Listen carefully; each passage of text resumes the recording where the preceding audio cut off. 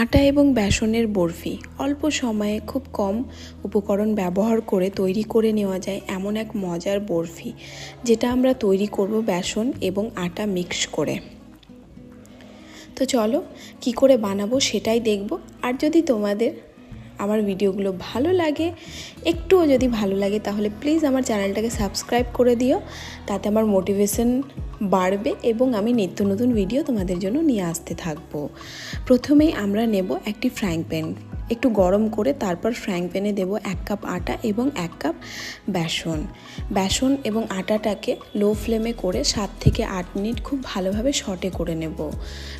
7 থেকে 8 minute saute করার কারণ হচ্ছে এটাই যে আটা এবং বেসনের মধ্যে খুব কাঁচা একটি স্ট্রং গন্ধ থাকে, সেই গন্ধটা চলে যাওয়া অবধি খুব ভালো করে আমাদেরকে সটে করে নিতে হবে এবং আস্তে আস্তে 1 চামচ করে করে আমরা ঘি মেশাতে থাকবো।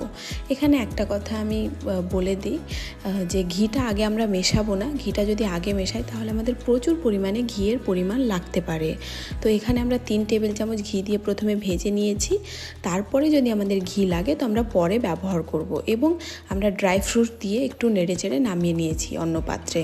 এবার অন্য পাত্রে ঢেলে দেওয়ার পর 2 থেকে 3 মিনিট আমি উপকরণগুলোকে ঠান্ডা হতে দিয়েছি এবং এখানে আরও 3 চামচ ঘি আমি ঢেলে দিয়েছি। এবার খুব ভালোভাবে মিক্স করতে থাকবো। আর এখানে আমি 1/2 কাপ গরুর দুধের ব্যবহার করেছিলাম, যেটা আমার দেখানো হয়নি, আমি কোনোভাবে ক্লিপটা আমার কেটে গেছে, এই যে তোমরা দেখতে পাচ্ছ।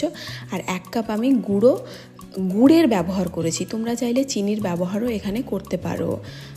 খুব সুন্দরভাবে গুড় দিয়ে আর গরুর দুধ, নর্মাল রুম টেম্পারেচারে থাকা গরুর দুধ আর 3 টেবিল চামচ ঘি পরে করে দিয়ে খুব ভালো করে মেখে নিয়ে আমি একটা বোলে ট্রান্সফার করে নেব। বোলটাকে প্রথমে ঘি দিয়ে আমি গ্রিস করে নিয়েছিলাম, দেন তারপরে ওটাতে খুব চেপে চেপে আমি সেট করে দিয়ে ডিপ ফ্রিজে 10 মিনিটের জন্য এটাকে রেখে দেব।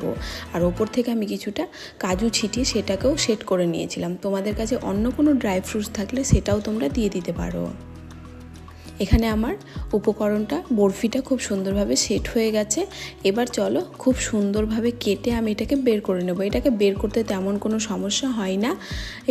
এই যে আমি এইভাবে কেটে, আমার একটু হাত কেটে গেছিলো, আমি বুঝতে পারিনি। তো এখানে আমি খুব সুন্দরভাবে কেটে তারপর আমি বরফিগুলোকে বের করে নিচ্ছি। এই যে তোমরা দেখতে পাচ্ছ কত ইজিভাবে বেরিয়ে গেছে। একটু কর্নারসগুলো কেটে নিলেই বেরিয়ে যাবে। এখানে আমার বরফিগুলো খুব ভালো করে সেট করা হয়ে গেছে। তোমরা তোমাদের মতো শেপ সাইজে কেটে নিও, আমি আমার মতো করে কেটে নিয়েছি।